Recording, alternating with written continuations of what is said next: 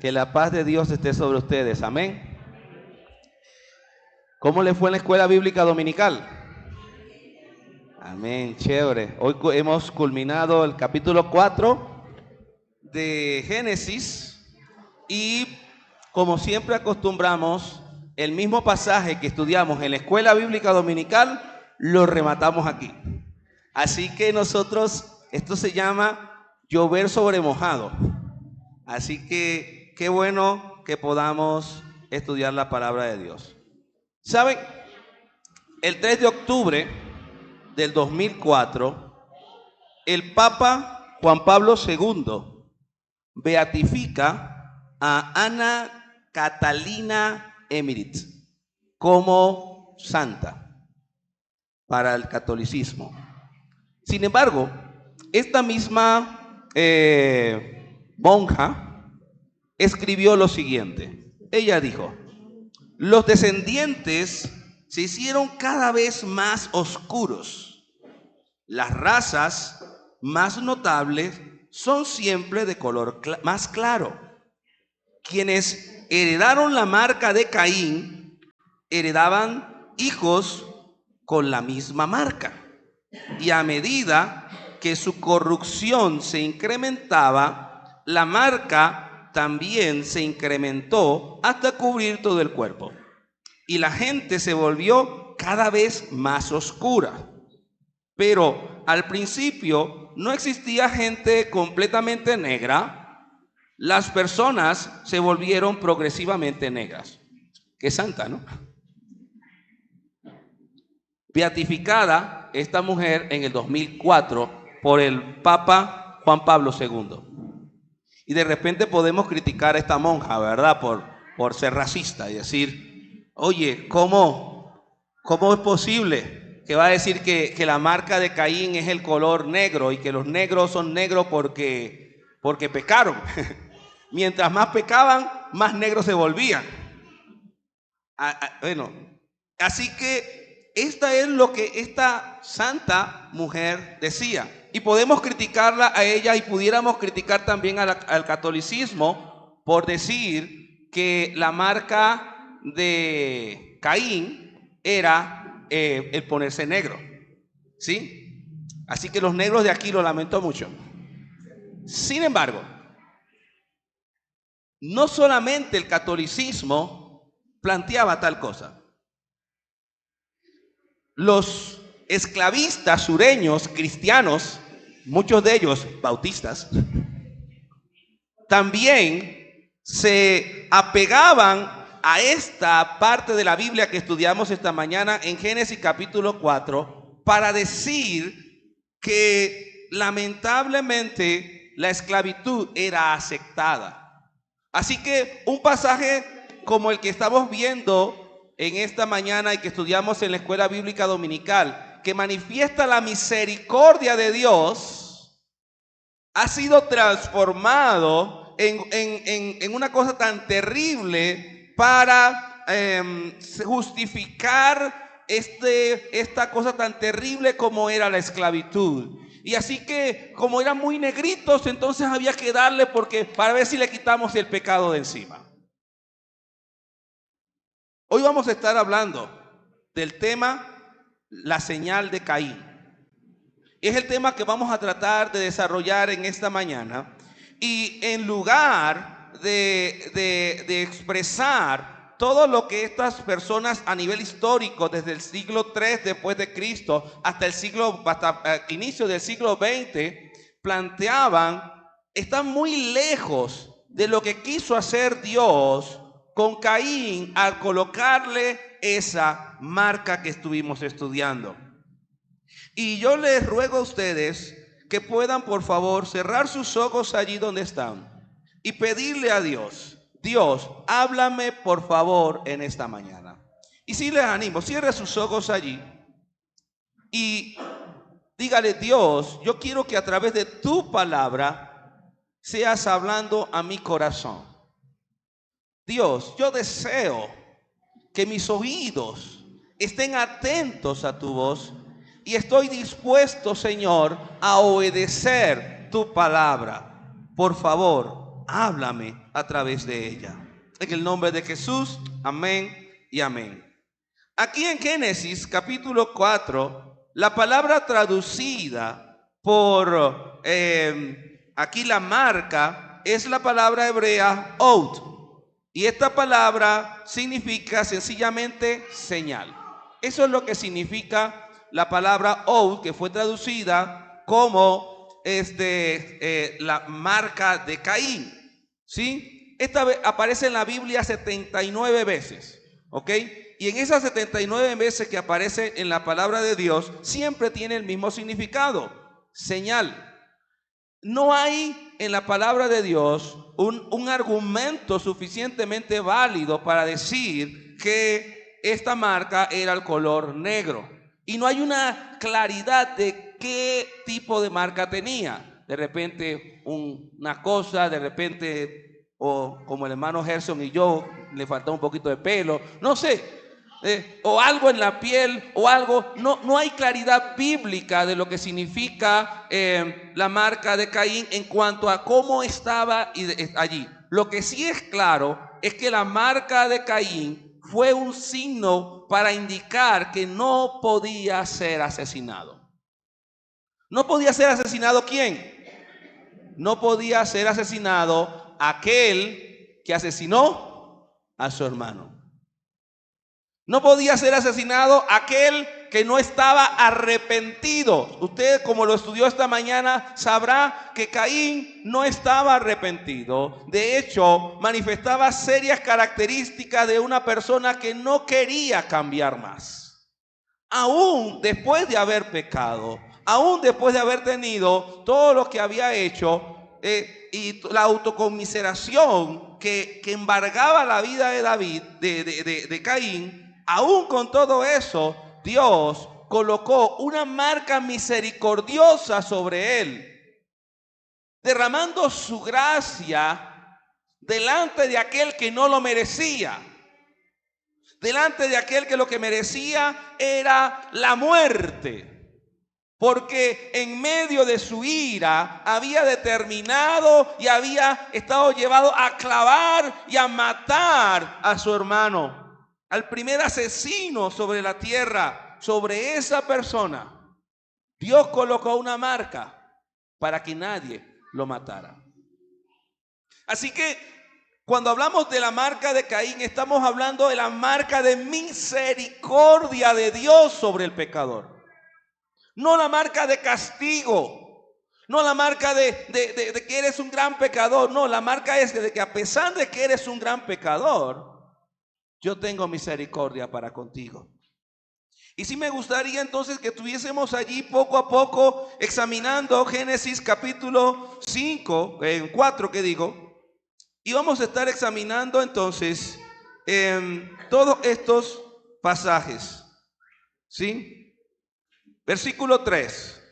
Aconteció que andando el tiempo, que Caín trajo del fruto de la tierra una ofrenda a Jehová. Y Abel trajo también de los primogénitos de sus ovejas, de lo más gordo de ellas, y miró Jehová con agrado a Abel y a su ofrenda. Ambos, amados hermanos, aquí vemos que ambos de manera voluntaria, y aquí está lo lindo, no había ley. Moisés, pues, ni por la idea había aparecido. El Nuevo Testamento no estaba. Pero ellos sabían que debían llevar una ofrenda a Jehová. Y de manera voluntaria, sin que nadie le pusiera una pistola en la cabeza, decidieron, vamos a llevar una ofrenda a Dios. Y como Caín era un labrador de la tierra, él tomó de lo que estaba representado y lo llevó a Jehová. Y como Abel era un pastor, ¿no?, de ovejas, allí él entonces llevó de sus ovejas a Jehová. Pero observen la diferencia entre uno y otro. La primera ofrenda no es descrita en detalles. ¿Notaron eso? No hay detalles. Sencillamente dice, Caín tomó y trajo una ofrenda a Jehová. Punto. Pero en el caso de Abel, sí, la Biblia se esmera a describir cómo era la ofrenda de Abel. Dice que la ofrenda era ¿cómo? De lo primogénito y de lo más gordo. Y aquí comenzamos a ver la situación. Comenzamos a ver de que había una ofrenda que Dios definió y dijo: esta ofrenda a mí me agrada, y le plació no solamente recibirla, sino que le plació describir cómo era esa ofrenda. Y en el caso de Caín, no describió la ofrenda, sencillamente. Ahora yo me pregunto, cuando nosotros queremos voluntariamente traer cosas a Dios, esa ofrenda o eso que le queremos rendir a Dios, ¿realmente representará ese corazón dispuesto, bueno y recto? ¿De dónde salió la ofrenda de Caín? Ubiquémonos en Primera de Juan, capítulo 3, versículo 12. Repito, Primera de Juan, capítulo 3, versículo 12. Dice: no debemos ser como Caín, quien pertenecía al maligno y mató a su hermano. ¿Y por qué lo mató? Porque Caín hacía lo malo y su hermano lo recto. ¿Por qué mató? ¿Por qué ocurrió esto? Porque Caín hacía ¿qué? Lo malo. De la abundancia del corazón habla la boca. Nosotros no podemos dar más allá de lo que tenemos en el corazón. Si Caín, aún de manera voluntaria, quería dar esa ofrenda a Dios, era una ofrenda que venía de un corazón que quería practicar las cosas malas. En cambio, Abel, quería buscar y ser justo y ser recto en lo que hacía. Así que Dios se agrada de la ofrenda de Abel y no se agrada de la ofrenda de Caín.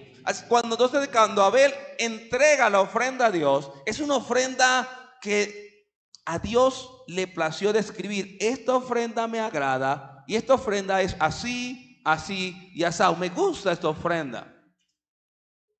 ¿Cómo le estamos dando al Señor la vida? Y no se trata de la cantidad de lo que tenemos. No se trata del dinero. Porque a veces nosotros creemos, bueno, vamos a darle a Dios. No, no se trata de eso. No se trata de la cantidad, sino de la calidad. No se trata de la cantidad, sino de la intencionalidad que tengo yo detrás de servir a Dios. No se trata de la cantidad, sino que refleja lo que tenemos en el corazón. Y la ofrenda de Caín, a pesar de ser voluntaria, no honraba a Dios. Y ahí está la clave. Cuando yo hago algo para Dios, y estamos hablando de una ofrenda, pero olvídese de ofrenda, porque nosotros decimos ofrenda y se nos ve en la cabeza, se nos ve dinero en la cabeza, de una vez. No, el tiempo, el ministerio, lo que le querramos dar al Señor, ¿sí? Entonces, sáquese la cabeza de la cabeza la palabra peso, olvídese de eso. Piense, ¿cómo estoy yo dándole a Dios mi vida? ¿Cómo le estoy entregando a Dios mi familia? ¿Será como Abel o como Caín? Y entonces cuando esto ocurre, Dios comienza a hablar con Caín y le dice, versículo 5, dice, pero no miró con agrado a Caín y a la ofrenda suya. Y se ensañó Caín en gran manera y decayó su semblante. Dos características de una persona que está pecando. Uno no puede pecar y eso no se va a manifestar en el resto de nuestra vida. Una persona cuando peca, se le muestra en el rostro, se le muestra en la cara. Hay reacciones físicas que muestran de que está pecando, ¿sí? Si no, cuando alguien se molesta, usted puede, los esposos o las esposas que están en esta mañana acá, usted puede saber y cuando su esposo está molesto, aunque él no diga nada, aunque él no hable, usted puede decir, viene con algo, viene por algún lado y no dijo nada. Su parte física muestra que está molesto y no tiene, y cuando tú le preguntas a la esposa, ¿qué tienes? Nada. Ok. Y le vuelve a preguntar, ¿qué tienes? Pues nada. Y llega un momento en que ya son las 9 de la noche y todavía nada, pero no sea la 1 de la mañana. Y usted se quiera dormir. Usted quiera agarrar y dormirse allí, porque a esa hora le dice, no te has dado cuenta que... Y tú con el sueño encima, ¿verdad? Mire, se muestra en la cara, se muestra en el rostro. Y el semblante de Caín cambió. Su cara se transformó también. Y Dios le dice, bueno, pero ¿por qué te portas así? ¿Por qué tienes la cara que tienes? ¿Por qué tu semblante ha decaído? Y observen que Dios sabía que ya en este momento ya él había pecado y no había matado a su hermano. Porque la rabia que tenía encima y todo ese montón de cosas hacía que él estuviera pecando. Y como hablábamos en la clase de adultos el pecado no es un acto, el pecado es un proceso. Y él estaba en el proceso de pecar y ya había pecado y había consecuencias ya para su pecado. Su cara estaba mal, ya no podía ni siquiera ver al hermano por allí. Yo no sé si usted se da cuenta que a veces hay personas que uno no quiere ni verlas. Y cuando la ve, se le revuelve todo uno por dentro. Si usted quiere saber si está bravo con alguien, cuando la vea, examine lo que tiene en el estómago. ¿Cómo se siente cuando ve a esa persona? Se le amarga el día, se le apaga la luz y usted dice, es que no lo quiero ni ver.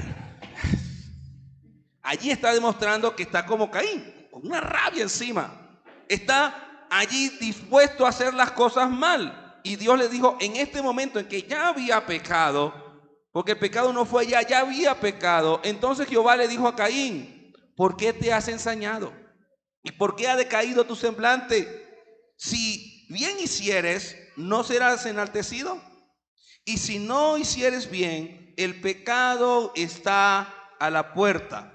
Con todo esto, a ti será su deseo y tú te enseñorearás de él. Y esto es muy interesante. Antes de que colocara la marca para que lo cuidaran, para que no matara, él pasó el proceso y estaba muy molesto. Y mire, cuando uno está molesto es difícil que le entren las cosas en la cabeza. Y la gente te habla y tú no quieres ni escuchar a nadie. Cuando estás molesto, tu cabeza está llena de químicos. Y cuando intentan hablar contigo, no reaccionas y no escuchas. Y comienzas a actuar de manera irracional. Y comienzas a atacar. Y lamentablemente, cuando estamos molestos, los que más pagan las consecuencias de ese que tenemos son los que están cercanos a nosotros. No es el jefe. Cuando yo me molesto con mi jefe en el trabajo y llego a la casa, el jefe ya no está conmigo, pero yo estoy muy molesto. ¿Y quiénes la pagan? La esposa, los hijos, los más cercanos. Ellos son los que pagan cuando nosotros comenzamos a actuar de manera irracional y sacamos todo lo que no le pudimos decir al jefe y se lo zampamos a la esposa allí porque ella sí se lo tiene que aguantar, ¿verdad? Para eso se casó conmigo. O se lo lanzamos al esposo allí. Amados hermanos, cuando nosotros caemos en la rabia, caemos en la ira, comenzamos a actuar de manera irracional y esto nos lleva a estar cerca de la puerta de pecar a un nivel mayor. Y miren lo que estoy diciendo, pecar a un nivel mayor. Y nosotros todo el tiempo que hemos escuchado como iglesia hemos dicho pecado es pecado. ¿Eso es verdad o es mentira? Sí es verdad. Porque la paga del pecado es muerte. Chévere, mas la dádiva de Dios es vida eterna en Cristo Jesús, Señor nuestro. Sí, pecado es pecado. Cualquiera que mida a una mujer para codiciarla, ya ha pecado o adulterado en su corazón. Chévere, pero es lo mismo mirar a la mujer para codiciarla y luego ir a acostarse con ella. Pues no es lo mismo. Pecado es condenado igual, las consecuencias son diferentes. Y la perversión y el grado de la perversión también es diferente. Por lo tanto, aquí ya él había pecado.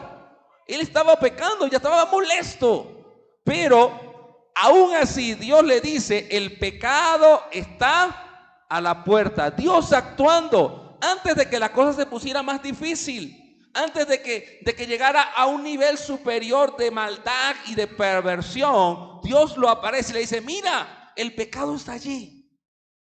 Ten cuidado. Estás a punto de hacer algo que es terrible. No lo hagas. Por el contrario, todavía estás a tiempo de hacer lo bueno. Porque Él le dice, si hicieres lo bueno, serás enaltecido. Estás mal ahorita, pero cambia. Estás mal ahorita, pero comienza a hacer las cosas diferentes. ¿Estás pecando ahorita? Sí, estás pecando, pero todavía es tiempo de no seguirte hundiendo allí en el petróleo del pecado, nadando en pecado. Estás a tiempo de detenerte todavía. Qué lindo es el Señor, ¿verdad? Que a pesar de que estaba ya metido casi completo, todavía le dice, hay chance. Detente, no sigas. Hasta ahora no lo has hecho bien, pero es tiempo de comenzar a hacerlo bien. Qué lindo el Señor. Antes de todo, el Señor dando una hermosa oportunidad diciendo, todavía no te metas allí. Hay chance de salir. Sal corriendo, huye por tu vida, sálvate. Le decía allí el Señor a él, todavía hay tiempo. Tú puedes enseñorearte del pecado. Y eso es chévere. Ahora, se lo está diciendo a una persona que no tiene al Espíritu Santo. Noten esto. Caín no tiene al Espíritu Santo. Así que Caín solamente tiene sus fuerzas naturales, su conciencia y su voluntad para definir, yo no me quedo con esta. Yo no voy a hacer esto. Y si Caín podía, quizás, si cambiaba, hacer las cosas y no tenía el Espíritu Santo, más usted y yo podemos hacerlo. Porque no solamente tenemos nuestra conciencia, no solamente tenemos nuestra voluntad, sino que nuestra voluntad ha sido transformada por el poder de Dios. Y esa conciencia entenebrecida por el pecado ha sido transformado en una nueva naturaleza, porque yo le he dicho, Cristo, entra a mi vida, te nombro mi dueño, mi Señor y Salvador, y he nacido de nuevo, y he sido regenerado con el poder de Dios en un nuevo nacimiento, y tengo una nueva vida en Cristo, y las cosas viejas pasaron, y todas esas cosas son hechas nuevas. Así que el Espíritu Santo, cuando usted recibe a Cristo, entra en usted, permanece con usted y le da el poder de ser hecho hijo de Dios, el poder de decirle no al pecado, el poder de ser una nueva criatura. Caín no lo tenía, usted sí lo tiene. Así que si Caín, Dios le dijo que se podía enseñorear del pecado, usted y yo también podemos enseñorearnos del pecado. Amado hermano, no hay una tentación tan grande que pueda venir a tu vida que tú no puedas sobrellevar. No hay un pecado que te quiera llegar para que tú caigas y que venga a ti que tú no te puedas enseñorear sobre él. Tú te puedes enseñorear sobre él porque tienes el poder de Dios en ti. No te puedes controlar. Así que no podemos decir, no, es que es muy difícil, se va a enseñorear de mí. Tú puedes. Solamente tienes que disponer a sujetar tu carne al poder de Dios. A sujetar tu forma de querer hacer las cosas y someterla a como Dios quiere que se hagan las cosas. Te puedes enseñorear sobre el pecado. Dios conoce qué hay en tu corazón y es capaz también de entender cuál es la intención que hay detrás de lo que haces. Podemos hacer cosas buenas, pero a veces la intención que está detrás de ella no es tan buena. Pero Dios conoce eso. Dios puede identificar eso. Amado hermano, en lugar de molestarnos, tenemos que hacer las cosas bien. En lugar de decir, bueno, yo voy a seguir por este lado, tenemos que dejar el pasado atrás y comenzar una nueva vida, un nuevo camino. Allí está la puerta. Puedes tomar decisiones hoy. Puedes tomar decisiones hoy. Y aquí Dios entonces está apelando a la conciencia de Caín. Pero lamentablemente Caín, versículo 8, y dijo Caín a su hermano Abel, salgamos al campo. Y aconteció que estando ellos en el campo, Caín se levanta contra su hermano Abel y lo mata. La trampa de Caín. El pecado se comienza a manifestar en primer lugar como un malestar en Caín, un malestar contra Dios, un malestar con lo que está alrededor tuyo, pero se va intensificando como un espiral descendente, en el cual poco a poco vas cayendo y ahora llega el punto en que ya no solamente está molesto, sino que maquina, la piensa y dice, me le voy a meter por aquí, voy a traer por allá, voy a tenerlo por acá. Y cuando lo está maquinando, por último, lo lleva al acto.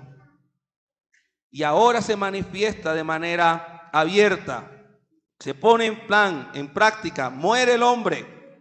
Y entonces otra vez aparece Dios en escena. Ya está metido, ya pecó. Y la pregunta que le hace es, ¿dónde está tu hermano?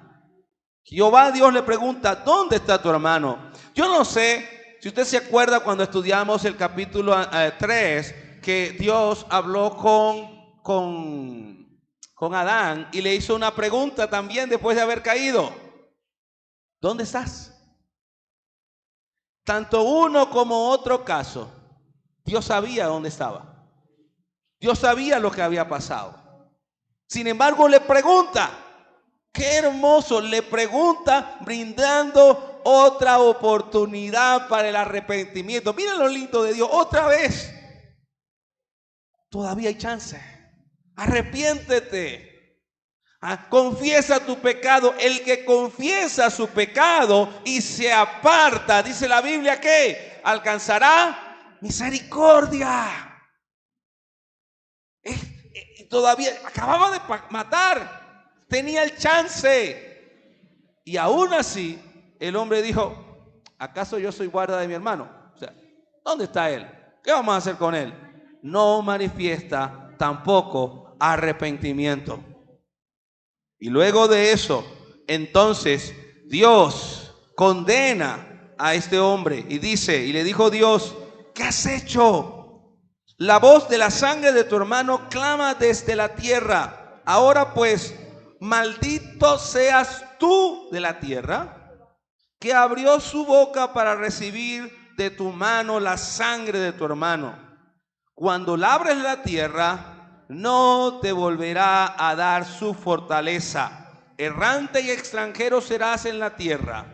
Miren, el castigo de Dios cayó sobre lo que más valoraba Caín.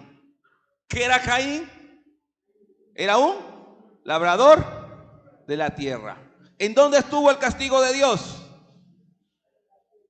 En la tierra que él sembraba. Cuando él sembraba, de repente salía algo de fruto y luego la tierra dejaba de producir fruto. Y aunque él siguiera en ese momento sembrando, la tierra no iba a dar más frutos. El pecado, amado hermano, escúcheme esto, siempre va a costar más de lo que usted está dispuesto a pagar. Repito, el pecado siempre va a costar más de lo que usted está dispuesto a pagar. Y quiero hablar con los creyentes porque creo que la gran mayoría aquí conoce de Jesús. Algunos queremos estar jugando con el pecado. Queremos como que manipular, hablar, estar con el pecado allí, pues es chévere. Y nosotros conocemos lo que la palabra de Dios habla sobre el pecado y sobre las consecuencias. Y aún así, de manera consciente, decidimos jugar con el pecado, asumiendo de antemano que nos va a castigar Dios. Dios nos va a castigar, lo asumimos y decimos, pues sí, nos va a castigar. Y es como que en el momento estamos como dispuestos a a recibir el pecado y a recibir ese castigo también. Pero resulta que la mala noticia es que ese castigo que va a venir Dios es en aquel aspecto donde más nos va a doler, en aquello que más valoramos y aquello que en un principio estábamos dispuestos a pagar porque yo quiero deleitarme en mi pecado. Luego se pasa a una situación tan crítica porque Dios es un Dios que conoce exactamente todas las cosas y sabe con cada uno de nosotros en dónde nos va a dar. Por amor nos disciplinará para que nosotros podamos ser cada vez más santos. Entonces, no juguemos con el pecado. El que juega con candela sale quemado. Y no es lo mismo llamar al diablo que verlo llegar. No es lo mismo saber que me van a castigar que está metido en el castigo. Y cuando Dios castiga, cuando Dios, Él es sabio en todas las cosas y en su justicia, su castigo va a ser coherente y nos va a dar en el sitio donde más nos duele, para que podamos ser corregidos. Y eso ocurrió con Caín aquí, en el sitio donde más le dolía, en la tierra, andar errante sobre la tierra. ¿Y usted sabe lo que hizo Caín? Se arrepintió, ¿verdad? ¿Sí? No se arrepintió el hombre. No se arrepintió, sino que dijo, pobrecito de mí. Oye, te pasaste, hombre. Y dijo Caín a Jehová, grande es mi castigo para ser soportado. He aquí me echas hoy de la tierra, y tu presencia me esconderé, y seré errante y extranjero sobre la tierra, y sucederá que cualquiera que me hallare me matará. Pobrecito de mí. Yo no sabía. Ninguno de nosotros queremos estar en el castigo de nuestro pecado. Y cuando Dios nos castiga, el síndrome de pobrecito de mí va a estar siempre presente. ¿Por qué me ocurre esto? ¿Por qué me pasa lo que me pasa? Y no es que todo lo malo que creamos que nos pase es por pecado. Pilas con eso. Estamos hablando de que cuando Dios tiene que castigarnos por nuestro pecado y tenemos que asumir las consecuencias de estos, entonces lloro, sufro, y pareciera que cuando tú ves a alguien llorando, tú dices, ese hombre está arrepentido del pecado. Yo quisiera saber cuántas mujeres que han sido con su esposo, ha sido adúltero y le perdonan, y el hombre llega con las lágrimas, llorando, chillando, con los mocos afuera, y ellas dicen, oye, el hombre está arrepentido, pobrecito, démosle otra oportunidad a este hombre. Oye. Sí, y lo perdonan, y el hombre viene otra vez y hace lo mismo, y entonces la mujer está, oye, está bien. El hombre, esas lágrimas realmente manifiesta que ese hombre está arrepentido. De repente, a veces lo que estamos es tan dolidos por las consecuencias de nuestro pecado que estamos chillando porque nos duele en la cual estamos. Pero no manifiesta que estamos arrepentidos. De hecho, manifiesta todo lo contrario. La autoconmiseración, es decir, que yo digo, pobrecito de mí, porque estoy aquí pasando todo esto. Lo que manifiesta es que tú no estás plenamente consciente de que eres responsable de las cosas que hiciste.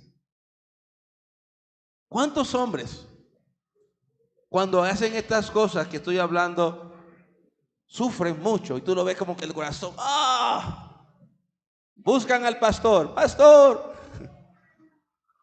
buscan un sacerdote o a un psicólogo, a cualquiera que le permita negociar con la mujer? para ver cómo me le meto. Estoy buscando excusas porque me duele estar donde mi pecado me llevó. Yo quiero salir de allí, no estoy arrepentido. Quiero dejar de sufrir las consecuencias de mi pecado. Y aquí Caín estaba justamente así. Yo quiero dejar de sufrir las consecuencias de las cosas que hice. No quiero sufrir más. Me siento triste. Que nos sintamos como nos sintamos no quiere decir arrepentimiento. Y Dios lo sabía. Sin embargo, aquí es donde Dios manifiesta su gracia. Observen, la manifiesta en un momento cuando Caín va a comenzar su estado de molestia. Luego la manifiesta dándole una oportunidad para que se arrepienta. Luego, después que cae en el pecado, manifiesta otro momento para que pueda ser redimido allí. Y luego que cae, que el hombre no se arrepiente para nada, agarra y dice: seguiré teniendo misericordia para contigo. Y voy a colocar un sello en ti, una marca en ti, para que nadie te pueda matar. 910 años vivió Caín. Y tú dirás, ¿y el pobre Abel? La gracia de Dios se manifiesta. ¿Y qué es la gracia? La gracia es el don inmerecido de Dios para cuando la bondad de Dios dirigida para aquellos que hemos pecado. Y amados hermanos, hemos hablado de esta gracia de Dios colocando una marca sobre Caín para que, a pesar de que estuviese arrepentido o no estuviese arrepentido, se le pudiera proteger. Pregunto yo, nosotros como creyentes en Cristo, como seguidores de Cristo, ¿qué marca estamos colocando sobre las personas que nos dañan? ¿Qué marca estamos colocando en sus corazones? ¿Será que la marca es cada vez que los vemos, la ponemos una X y cada vez que los vemos nos molestamos?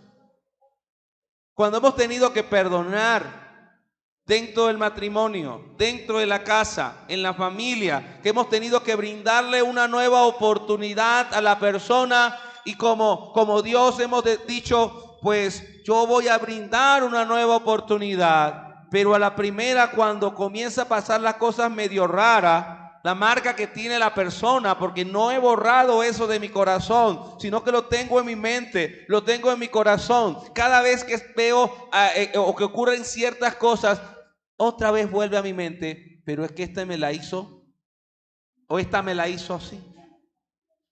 Y la marca que está no es la marca de Caín, sino la marca de la culpa, la marca de lo hiciste. Y cada vez que esa persona quiere como que acomodarse, entonces nos viene a la cabeza la idea y decimos, es que tú lo hiciste en el pasado así. Marcas. Y yo creo que todos hemos colocado marcas en grupos, en personas. Y cuando vemos la marca, como cuando te muerde un perro, ¿no? Tú te muerde un perro por ahí porque le pisaste en la cola. Y entonces cuando tú ves cualquier cuaral, cualquier cosa, tú tratas de evitarlo porque piensas que te van a volver a morder. Marcas. Tenemos, amado hermano, que colocar la marca de Caín y no la marca de la culpa. Tenemos que permitirle a Dios que realmente transforme nuestros corazones y que podamos perdonar realmente. Y que cuando veamos a la persona y veamos la marca, digamos, esa marca significa que yo ya definí perdonarte. Y que no importa lo que pase, yo definí. A mí no me interesa si estás arrepentido o si no estás arrepentido. No me interesa si lo vas a hacer o no lo vas a hacer. Yo te coloqué una marca. Yo definí perdonarte. Así como Dios me perdona a mí también. Amado hermano, estamos conversando entonces sobre la marca de Caín y estamos viendo como dos extremos.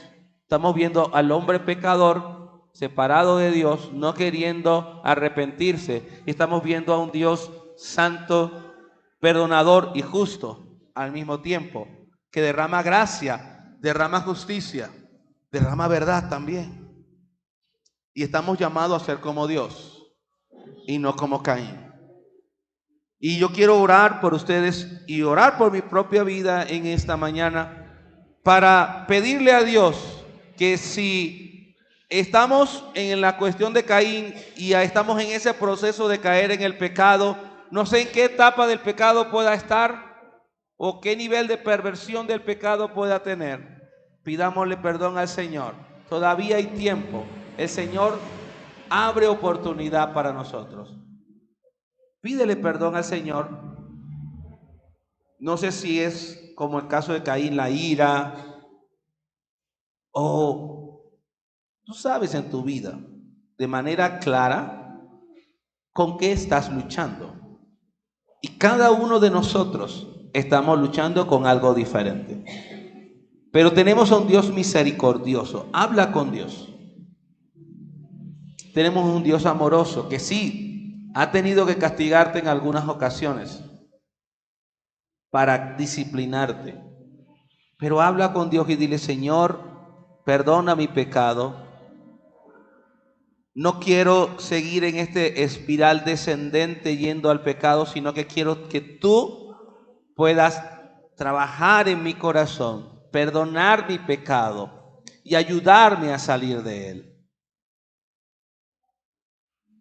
Señor, yo no sé, Padre Santo, si en momentos nos hemos sentido como que es mucho, que es grande, Señor, el castigo que nos estás dando para nuestro pecado. Perdónanos, Señor, por considerar que nosotros somos el centro del mundo y que la vida corre pues alrededor de nosotros. Perdónanos, Padre Santo, límpianos, por favor. Limpia nuestra mente, limpia nuestra conciencia. Fortalece nuestra voluntad para que sea esa voluntad transformada por ti para obedecerte, Señor. Por favor, Padre Santo. También te quiero rogar, Señor, si alguno de nosotros, Padre Santo, ha estado colocando marcas sobre personas que ya aparentemente hemos perdonado, pero no lo hemos hecho completamente, Señor, sino que cada vez que vemos esa marca nos recordamos y volvemos al pasado y volvemos a revivir todo aquello que antes habíamos vivido, Señor. Ayúdanos, Padre Santo, a quitar esa marca, esa X, y a colocar tu marca sobre esa persona. Y a ver a esa persona, Señor, a través de la sangre de tu Hijo Jesucristo. Una persona con necesidad de ayuda, con necesidad de redención, y no de que alguien esté allí para matarle, Señor. Ayúdanos, Señor, que hemos extendido nuestras manos, nuestras voces para hacer daño a aquel que hemos decidido perdonar, pero que no lo hemos hecho realmente. Permítenos, Señor, brindar oportunidades reales. Señor, te quiero rogar por los matrimonios. Te quiero rogar, Padre Santo, por aquellas personas que están luchando y que han caído, Señor, y que están tratando de salir. Permite, Padre Santo, que los matrimonios sean restaurados en el poder del Espíritu Santo. Permite, Señor, que tu amor pueda reinar allí, Padre Celestial. Y abre caminos, y abre puertas. Gloria a ti, Señor, porque eres un Dios que constantemente estás brindando oportunidad. Y que sin importar qué tan bajo en el pecado hayamos caído, tú abres caminos para nosotros, Señor. Te rogamos, Señor, tu misericordia, y que coloques tu misericordia en nosotros para que seamos extensión de tu gracia hacia las demás personas. Te queremos rogar esto en el nombre de Jesús. Amén y amén. Que el Señor me le bendiga, amados hermanos.